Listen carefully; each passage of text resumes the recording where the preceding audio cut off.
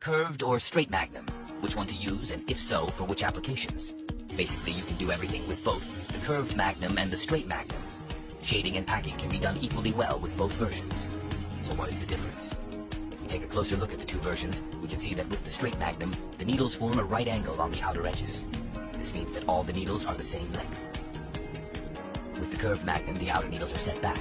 This gives the impression that the needle is describing a curve. So much for the obvious differences. But what does this mean in terms of handling? Let's take a closer look at the two versions in action. Of course, I'm exaggerating here to make it clear what we're talking about. When working with the straight Magnum, the edges of the needle, if the machine is not parallel to the surface, penetrate deeper than the rest. This can lead to skin injuries in places where it cannot be guaranteed to keep the needle parallel to the surface. With the curved Magnum, this risk is not as great.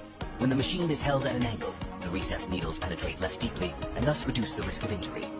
Of course, with practiced handling, neither is a problem, so you should find out for yourself which version seems safer or more practical to you. When shading areas, the curved Magnum model is probably the better choice, whereas when packing geometric areas, the straight Magnum model has its advantages.